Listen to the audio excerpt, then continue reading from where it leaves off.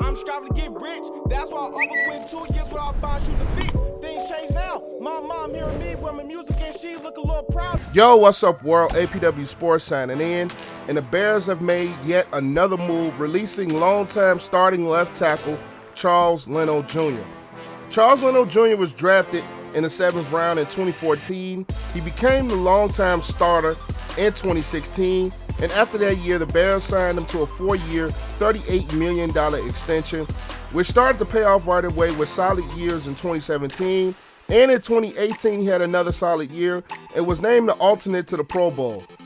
But after that, his play in 2019 and 2020 began to slip. And he was not living up to that contract extension that the Bears had gave him. He was called for a lot of penalties. He was called for a lot of holdings. You could see on plays where he really wasn't being aggressive in his blocking scheme. You could see in plays where he just didn't have that tenacity. He just didn't have that force that he really needed to have, especially in this Bears offensive line that struggled as a unit since that 2018 year. And for your left tackle to be one of the main contributing parts to the struggles, it was only a matter of time before the Bears decided to move on and before the Bears decided to make a move with Leno.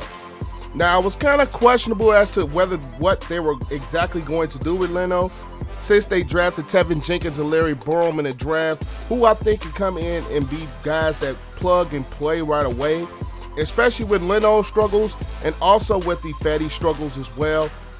I really felt that Teven, Jenkins, and Borom will eventually become the starters of the Bears offensive line.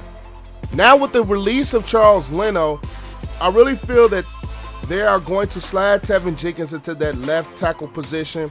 Even though he spent most of his time in college playing in the right tackle position, I think Teven Jenkins' nastiness, I think his tenacity will prove him very well at that left tackle position.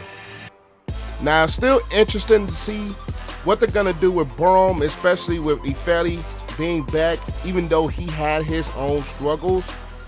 Now, Leno, if you guys have been OGs to the channel, if you guys have watched me over the past at least year or so, I've been giving him the nickname Trash Leno Jr. because when you watch him, he just hasn't been that same player that he was in 2018. He's had his struggles. He hasn't been really injured, which has been one of the more bonus parts to him being in the lineup.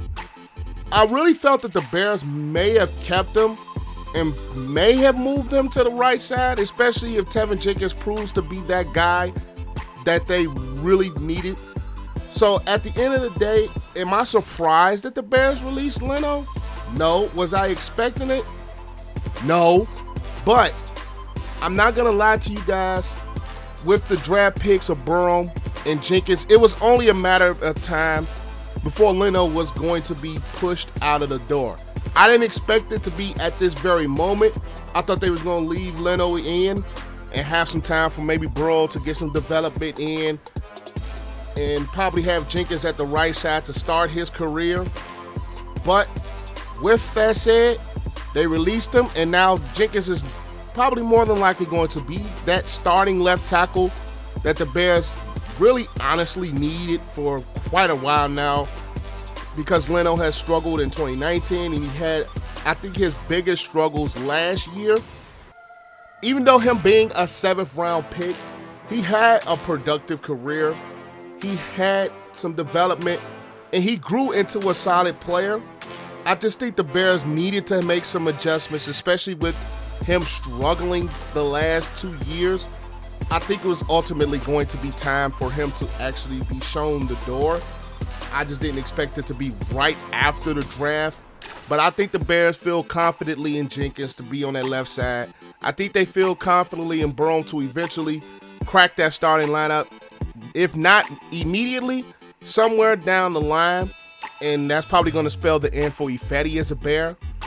But as an offensive line with those two guys inserted into the lineup, I think this line has potential to be very, very solid over the next couple of years with Mustafa, with Whitehair and Daniels on the inside.